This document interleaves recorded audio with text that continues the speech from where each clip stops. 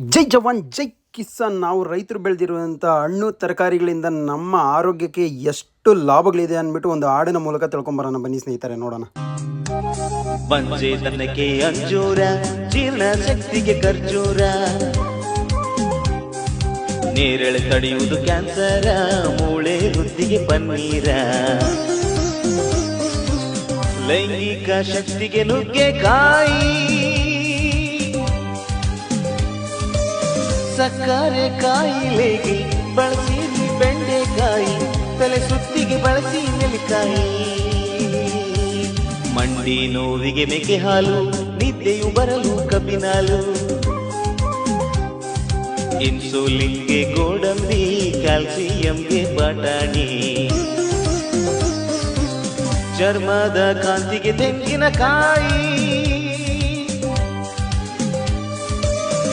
ಶಕ್ತಿಗೆ ಕಲ್ಲಂಗಡಿ, ಉರಿ ಮೂತ್ರಕ್ಕೆ ದಾಳಿಂಬೆ, ಬಿಳಿಯಾಗುವ ಕೂದಲಿಗೆ ಕಿತ್ತಳೆ,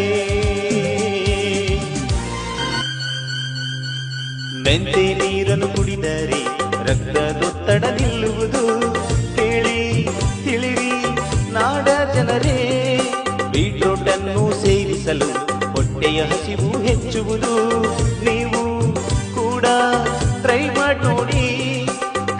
ಹೊಟ್ಟೆಗೆ ಬೆಳ್ಳುಳ್ಳಿ ತಿಂದರೆ ಇಮ್ಯುನಿಟಿ ಹೆಚ್ಚುವುದು, ಜಾಸ್ತಿ ನೀರನ್ನು ಕುಡಿಯುತ್ತಲಿದ್ದರೆ ಉಷ್ಣತೆ ಹೆಚ್ಚುವುದು.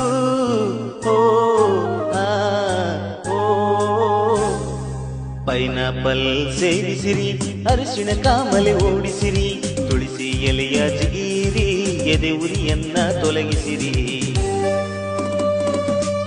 ಬೇವಿನ ಸೊಪ್ಪನ್ನು ಸೇವಿಸಿರಿ, ಸೋಂಕು ತಡೆಯುವ ಸಲುವಾಗಿ, ವೆನೆಗರ್ ನಿಂದ ಅಲರ್ಜಿ ದೂರ, ಸಿಹಿ ಆಲೂಗಡ್ಡೆಯಿಂದ ಕಣ್ಣಿನ ಕಾಂತಿ ಹೆಚ್ಚುವುದು, ಮೋಡ ತಲೆಗೆ ಮೀನಿನ ಎಣ್ಣೆ, ರಕ್ತ ಹೆಪ್ಪುಗಟ್ಟುವಿಕೆಗೆ ಬಳೆಹಣ್ಣು ಸೇವಿಸಿರಿ, ಮಕ್ಕಳಿಗೆಲ್ಲ ಮೊಟ್ಟೆ ಕೊಟ್ಟು ಬೆಳವಣಿಗೆ ನೋಡಿರಿ.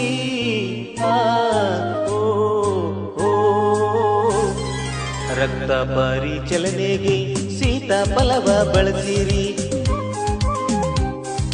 ಅನನಸ್ ಹಣ್ಣು ಸೇವಿಸಿರಿ, ಬಾಯಿಯ ರುಚಿಯ ಹೆಚ್ಚಿಸಿರಿ,